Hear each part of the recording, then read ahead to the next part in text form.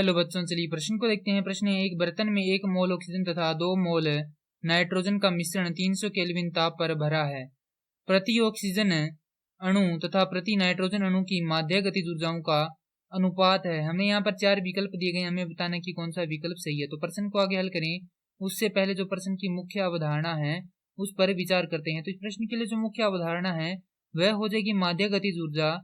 अर्थात हम यहाँ पर यह देखेंगे कि जो माध्य गतिज ऊर्जा है उसका सूत्र क्या होगा। तो माध्य गतिज ऊर्जा, तो माध्य गतिज ऊर्जा को हम दर्शाते हैं ई से। तो ई बराबर होता है 3/2 kT के, जहाँ के क्या है बोल्ट्जमान नियतांक है, टी यहाँ पर है ताप, ई यहाँ पर है माध्य गतिज ऊर्जा।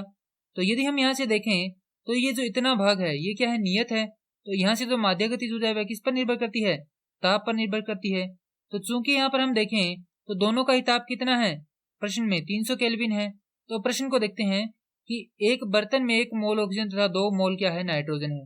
तो हमारे पास जो ऑक्सीजन है उसकी मात्रा कितनी है, 1 मोल है, और जो नाइट्रोजन है उसकी मात्रा कितनी है, 2 मोल है।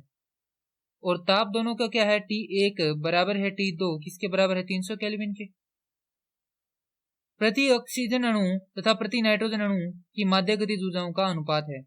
तो E O2 भाग में E N2 बराबर होगा किसके, T1 भाग में T2 के, जहां पर T1 किसका है, ऑक्सीजन का ताप है, और T2 किसका है, हमारे पास जो नाइट्रोजन है उसका ताप है।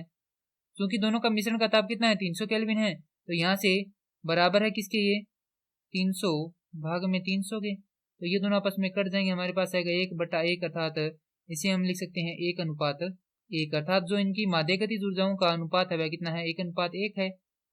और यह उत्तर दी गई विकल्पों में से विकल्प ए से मिलान करते हैं, तो प्रश्न के लिए सही उत्तर होगा विकल्प ए। मैं आशा करता हूं कि यह प्रश्न आपको समझ में आया होगा। धन्यवाद।